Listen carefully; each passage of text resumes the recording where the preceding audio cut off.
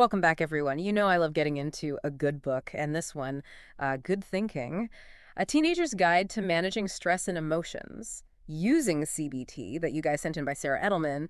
It's just packed with practical advice. Mm. It's not just theory. It's got exercises designed for teens to, navigate the ups and downs of being a teenager. Yeah, what's interesting about this book is that although it's geared toward teens, a lot of the core principles of cognitive behavioral therapy, or CBT, can apply to anyone, really. Right. At its heart, CBT is about recognizing the connection between our thoughts, our feelings, and behaviors. Okay, so I'm all about practical advice. So break it down for me, and of course for our listeners, Sure. what is CBT and how can it actually help someone deal with everyday stress?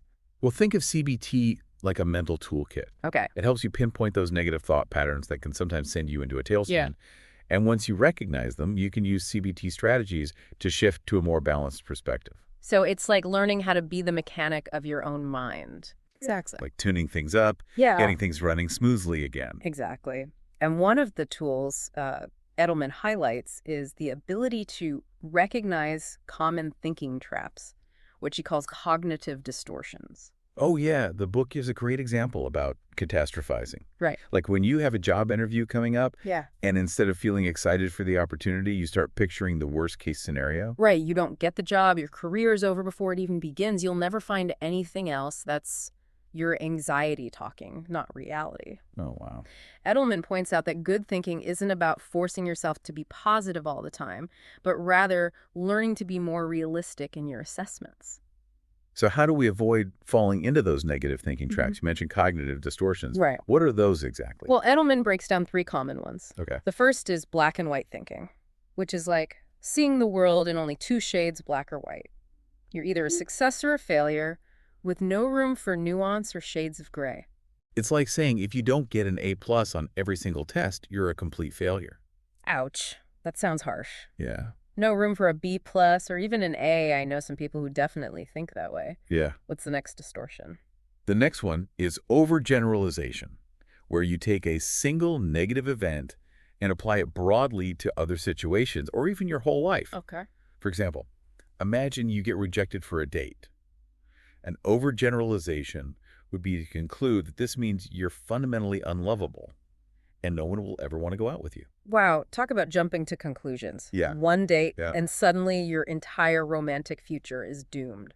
It seems extreme when we say it out loud, but our minds can go there surprisingly quickly. Right. And of course, there's the catastrophizing we were just talking about, where you automatically imagine the absolute worst case scenario in any situation. These distortions sound like they can really impact how you see yourself and the world around you.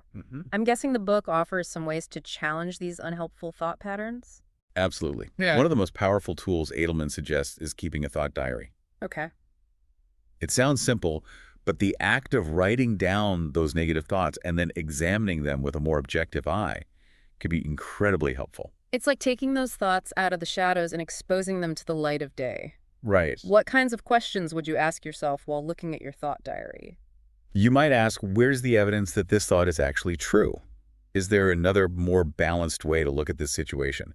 What did I tell a friend who was having this same thought? That last one is such a good point. We're often much kinder and more understanding to our friends than we are to ourselves. Exactly. Which brings us to the next big idea in the book, mindfulness and self-compassion. Right. This is where CBT goes beyond just changing your thoughts. It's about changing your relationship to your thoughts and developing a more supportive inner voice. Yeah.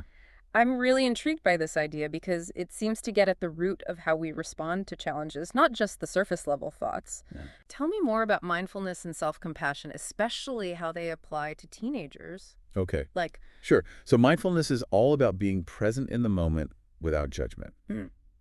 Imagine it like this. You're sitting on a riverbank watching leaves float by. Your thoughts and emotions are like those leaves. okay, You notice them without getting caught up in them or trying to control them. I can see how that would be helpful for teens who are constantly bombarded with stimuli and pressure. Right. It's like hitting the pause button on the mental chatter and just being present. Exactly. And there's growing evidence that mindfulness can have a real impact on reducing stress and anxiety in teens. In fact, some studies even suggest that it can improve focus and academic performance. Oh, wow. That's really encouraging to hear. So mindfulness is about awareness. What about self-compassion? What does that look like in practice? Self-compassion is about treating yourself with the same kindness and understanding that you would offer a close friend. It's about recognizing that everyone makes mistakes and that doesn't make you a bad person. That makes sense. But how do you actually cultivate self-compassion, especially when you're a teenager and it feels like the whole world is judging you? Well, the book offers some really practical exercises. Mm. One is mindfulness meditation, where you focus on your breath or do a body scan to become more aware of your physical sensations. Okay. This can help ground you in the present moment and calm those racing thoughts. So it's about getting out of your head and into your body. Precisely. Another powerful exercise Edelman suggests is writing a letter to yourself from the perspective of someone who cares about you deeply. Imagine a wise and compassionate friend offering words of comfort and support. What would they say to you? It's like creating an inner cheerleader who's always got your back, even when you're feeling down on yourself. Exactly. And both of these practices, mindfulness and self-compassion, can help build resilience. It's about recognizing that you're not your thoughts and that you have the power to choose how you respond to them. So you talked about recognizing and challenging those unhelpful thought patterns, and then cultivating mindfulness and self-compassion to create a more supportive inner dialogue. Hmm. But how do we take all of this and put it into action to make real changes in our lives? That's where cognitive behavioral strategies come into play. The book talks about the power of reframing negative thoughts. What does that mean exactly? Can you give an example that our listener can relate to? Let's say you're struggling with a new concept in math class, Okay. and that little voice in your head starts saying, "I'm terrible at math, I'll never get this." That's a classic negative thought pattern. Ugh, I think we've all been there. Math can be tough. But instead of letting that thought take over, you can use the tools from the book to reframe it. You might say to yourself, okay, this is challenging, but I'm going to break it down into smaller steps. I've learned new things before, and I can do it again. Yeah. It might take some effort, but I'm capable of understanding this. So it's not about denying the difficulty, it's about shifting your perspective to one that's more empowering and realistic. I love that. And then there's the behavior modification piece.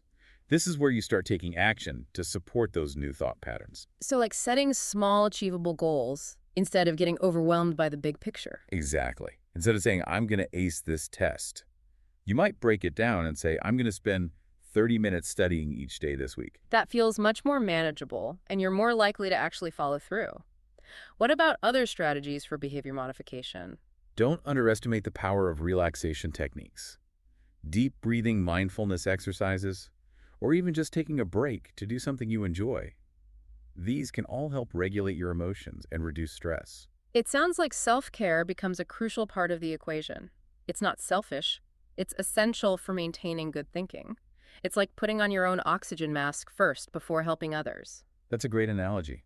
When you prioritize your own well-being physically and emotionally, you're better equipped to handle challenges and make positive changes. And it all ties back to that interconnectedness of thoughts, feelings, and behaviors that we talked about earlier. They all influence each other. This is so helpful. I'm starting to see how all these concepts work together to create a more resilient and balanced approach to life. This is great stuff. I feel like we've uncovered this like treasure trove of valuable tools and strategies for teens. And honestly, anyone who wants to just navigate life's challenges with more, resilience and self-awareness. Yeah. And the best part is you don't have to try to implement everything at once. Even small changes can make a big difference. Speaking of actionable steps, the last chapter of the book does a great job of summarizing those key takeaways. Edelman talks about practicing mindfulness and self-awareness, challenging those like irrational beliefs, setting realistic goals. And let's not forget the importance of gratitude. Taking time to appreciate the good things in your life, no matter how small, can really shift your perspective. It's like training your brain to focus on the positive. Right. There's also a lot of emphasis on healthy habits. Exercise, sleep, eating well. It's all connected, right? Absolutely. It's a holistic approach to well-being. Edelman emphasizes that these aren't just temporary fixes, but tools you can use throughout your life to manage stress, build resilience, and cultivate a more positive relationship with yourself. Yeah, it's like she's giving you a roadmap to a calmer, more resilient. So what stands out to you most from this deep dive? What's one idea you want to explore further? For me, it's the power of reframing negative thoughts. It's such a simple yet profound concept. Instead of being a victim of your own thoughts, you can learn to challenge them and choose a more empowering perspective. That's a great one. And it makes me think about how many of these concepts, while targeted towards teenagers, could be incredibly helpful for adults too. Mhm. We all deal with stress, negative thoughts, and challenging emotions. It's never too late to learn new strategies for managing your mental well-being. In fact, I'd argue that these skills become even more important as we navigate the complexities of adult life. So true. Well, there you have it. A deep dive into good thinking by Sarah Edelman. We covered a lot of ground today, but hopefully you've come away with some practical insights and a renewed sense of empowerment. Yeah. Remember, you don't have to do this alone. There are tools and strategies available to help you navigate the ups and downs of life, and you have the strength within you to make positive changes. But remember, even small steps can lead to big transformations. Start with one thing, one strategy, and build from there. You've got this. Thanks for joining us on the deep dive. Until next time, keep those good thoughts flowing.